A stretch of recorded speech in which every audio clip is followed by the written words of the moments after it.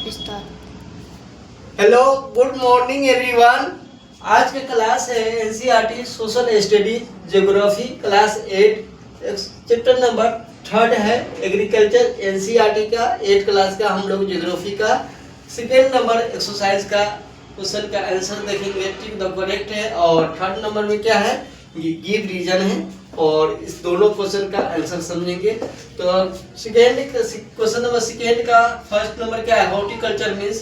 तो हॉर्टिकल्चर का अर्थ क्या होता है, तो growing of fruits and vegetable, primitive farming, growing of wheat.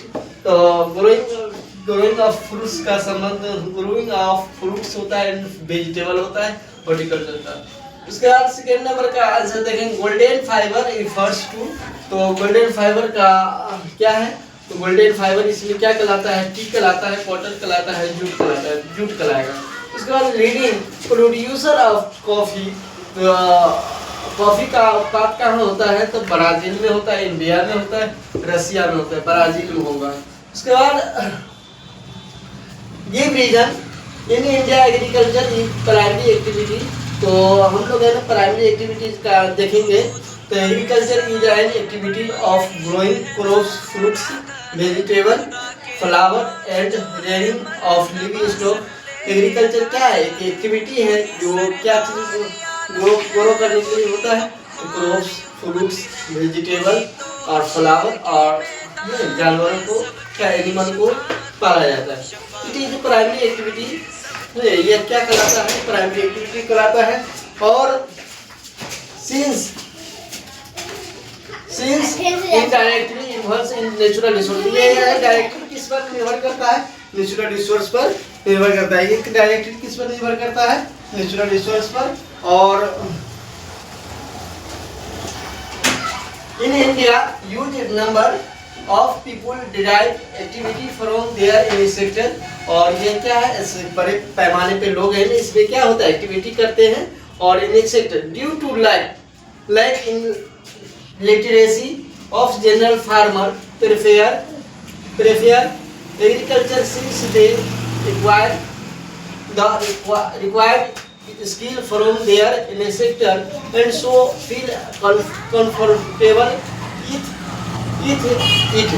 उसके बाद सेकेंड नंबर का क्वेश्चन का आंसर देखेंगे, difference crops are grown difference region. तो भिन्न भिन्न क्षेत्रों में भिन्न भिन्न क्या है, फसल रोपा जाता है। तो इसका रीजन क्या है, तो रीजन देखेंगे, the growing of crops depend on lot of factor.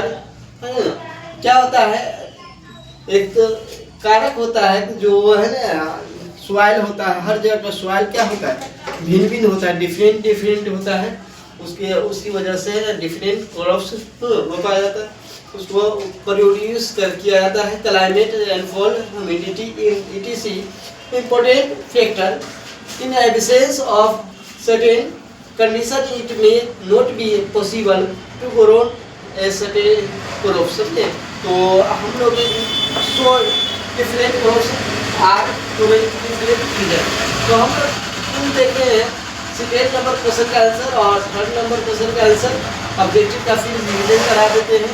Horticulture means the growing of fruits and vegetable, primitive farming और ग्रोइंग ऑफ व्हीट।